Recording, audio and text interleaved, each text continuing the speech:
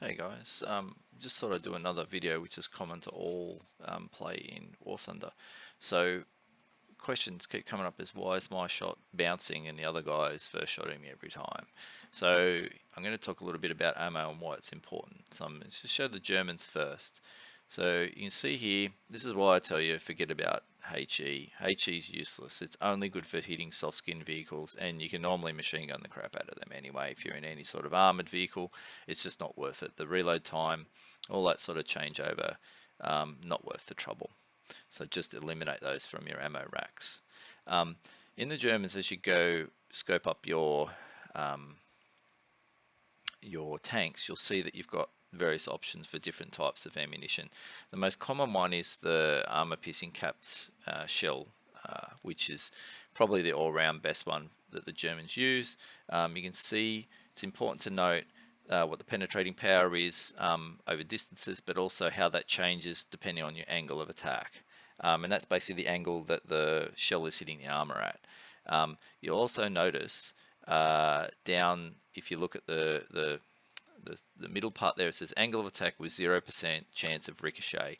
So if you're hitting an armored vehicle at 48 degrees where the shell hits, it's not going to ricochet and it's going to potentially penetrate, or it may not do any damage, but it won't bounce. When you get to 63 degrees, suddenly there's a 50-50 chance that that shell is going to bounce. And if you get to 71 degrees, it's definitely going to bounce off. And that's possibly why sometimes when you're shooting, your shots are not going through.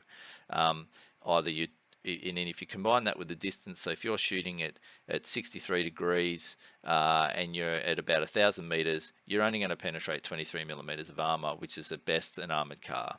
So they're things that you've got to sort of take into consideration when you're looking at your ammo.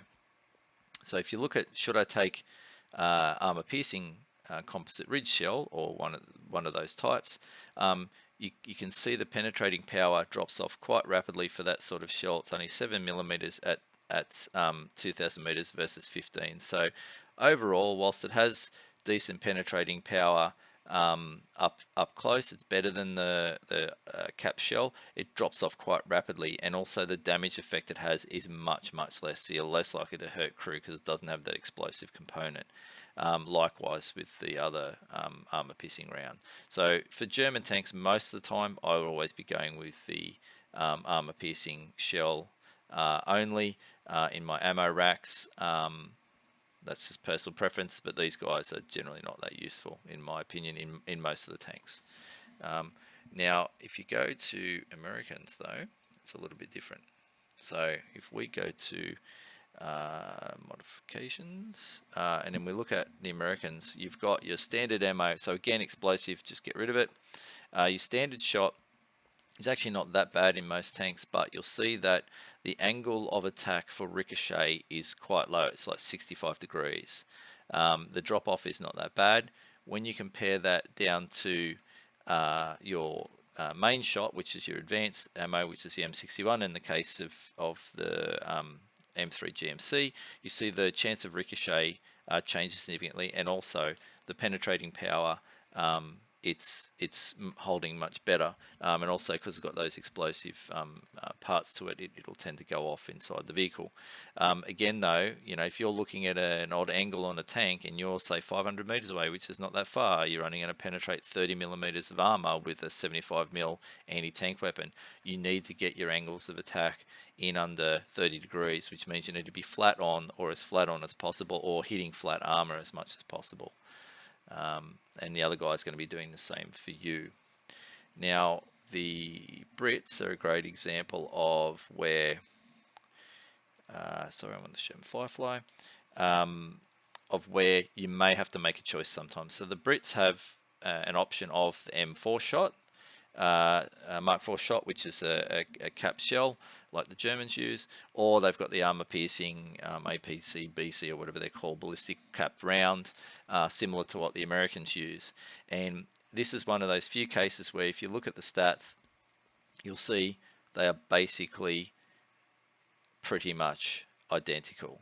Their drop off is almost the same, their armor piercing is almost the same. So okay, at longer distance, at high angles, your APC shell is slightly better than your armor piercing shot. Now, in this case, it doesn't matter which one you use, but there are instances, and I thought I had one before, but I've lost it, where it is actually one is slightly better than the other in terms of angle of attack or something like that. So just have a look at your stats, pick one that's preference, and get rid of the rest.